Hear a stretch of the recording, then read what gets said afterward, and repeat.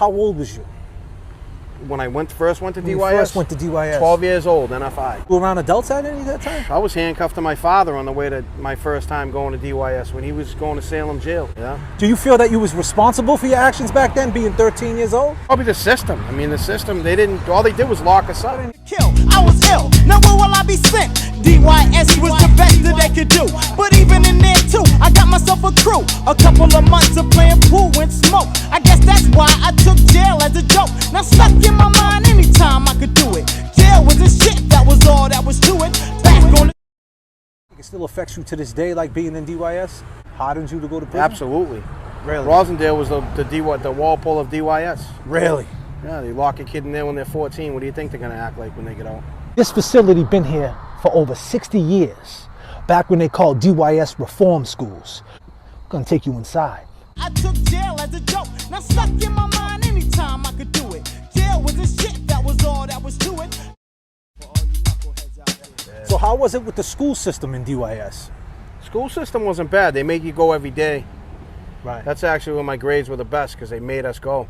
But it was Boston Public at Rosendale. Inside here, they go to school every day.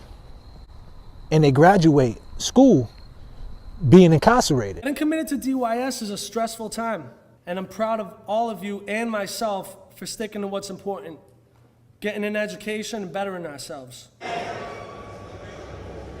Now, you graduated high school in DYS, right? Yeah, I did. So I had to do like most of my most of my high school credits I had to do online, because the way that the DYS schoolwork is that they teach the same curriculum every fucking year. So when you're committed for 8 years, you go through 8 years of the same school curriculum. Asked anybody on the street, what's important to helping turn this kid's life around, they're gonna say, well, they need an education. So I think everybody assumes they get a certain quality of education while they're incarcerated, but it turns out this is not an educational system that is held accountable to the same kind of standards that the public education. Juvenile detention, planning escapes, elephant print joining, max out tapes, from straight out Compton to straight up state. Release date fate, like I seen 4/8. Like we bringing 88 back. Back in 88. Like we bringing 88 back.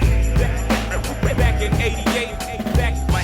Like we bringing 88 back. Like we bringing 88.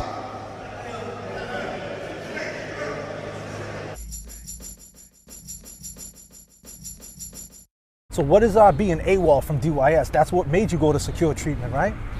Yeah, that's why I went. I went because I wouldn't stay anywhere in the shelter cares and all that. So what AWOL's absent without leave. It's basically when you escape from DYS. So how many times did you escape from DYS? Oh, Jesus. Whew. It's hard to say. The first thing that comes to mind on this block, it was early 1990s. They released me from DYS, the Department of Youth Service, on a bed crunch. And a bed crunch means there was no room for us. So they crunch you out and you get out. So they let me out. I was supposed to report back in 72 hours, and I never did. It's crazy because my caseworker pulled right over here on that block. He pulled right up in the car. I got my bag with me, a hot summer night like this, and I got released. So did you think the system was flawed back then? You think they knew what they was doing? Like how'd they treat the juveniles back then? They treated us rough. They don't even lock a kid in a cell for more than 4 hours these days. Yeah, Lynn's a very beautiful city. We have the beach. We have one of the LYNN Woods is one of the biggest reservations in all the country where you can go and enjoy it. Naturally, we have its good and its bad people. I mean, we're right outside of Boston. Lynn, Massachusetts, man. Crazy times growing up back in the late 80s and the 90s, for sure. Us with drug dealing, and nine's going out. Everybody meet Officer Griffin, the infamous. He was known for beating juveniles up. He was in his 30s here. He used to beat juveniles up any chance he got. Took them for rides, had no compassion for their family. And if you was a DYS kid, he was trying to set you up at adult cases. Lynn Police Department, a very spooky place. All these officers that you see, they were known for setting DYS kids up. If you were poor, you were their target. In a city filled with drugs, they were very petty, a gang. You wasn't leaving this police station without a punch in your face. They didn't care who you was. And they could get away with it back then. There was actually a tunnel that went from this police station to the courthouse. Very bad conditions. The cells in the police station and the cells in the LYNN courthouse. This footage is 1990.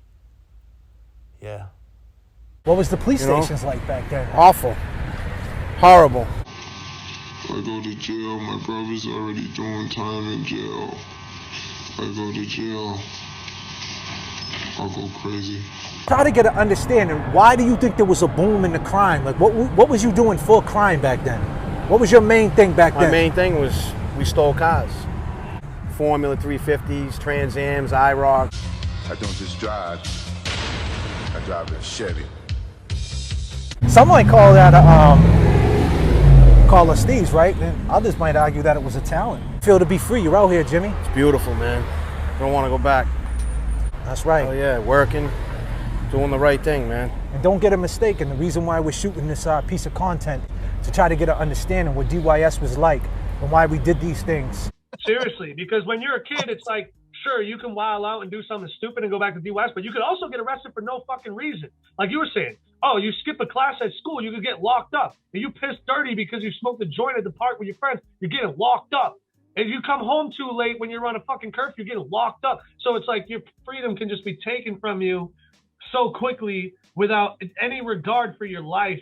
And so that's why it's like, it makes you paranoid. And it's also like, you're always imagining the worst possible case scenario. Your head's on a swivel. When I got out of DYS, I went to university and I'm sitting in the dining commons at school, and I have a jail mentality in there. And I'm looking around, and when people talk to me trying to be social, you still have that type of like jail mentality when you approach people. And it's like, it makes you like an outcast when you try to fit in with normal people. And it's like, the only people that you can get along with, the only people who you feel like comfortable around are other people who've been through similar fucked up shit, because it completely changes the way that you act as a person. And like, I wish that, you know, I had never put myself through that, because now it's like you can't undo it. If you're in the comment section right now and you've been here before, leave a comment. We want to know, how did it make you feel when you was in here as a young kid? We'd like to know. DYS Untold. Follow us on YouTube. Feel free to comment, share. Trying to get an understanding. Check us out. Knowing what's next. They used to call me little brother and other names. I let them know I wasn't playing them little games. It's coming home. Coming home. And now they arrested me. I was ill. Now where will I be sent? DYS was the best that they could do. But even in there too, I got myself a crew. A couple of months of playing pool and smoke. I guess that's why I took jail as a joke. Now stuck in my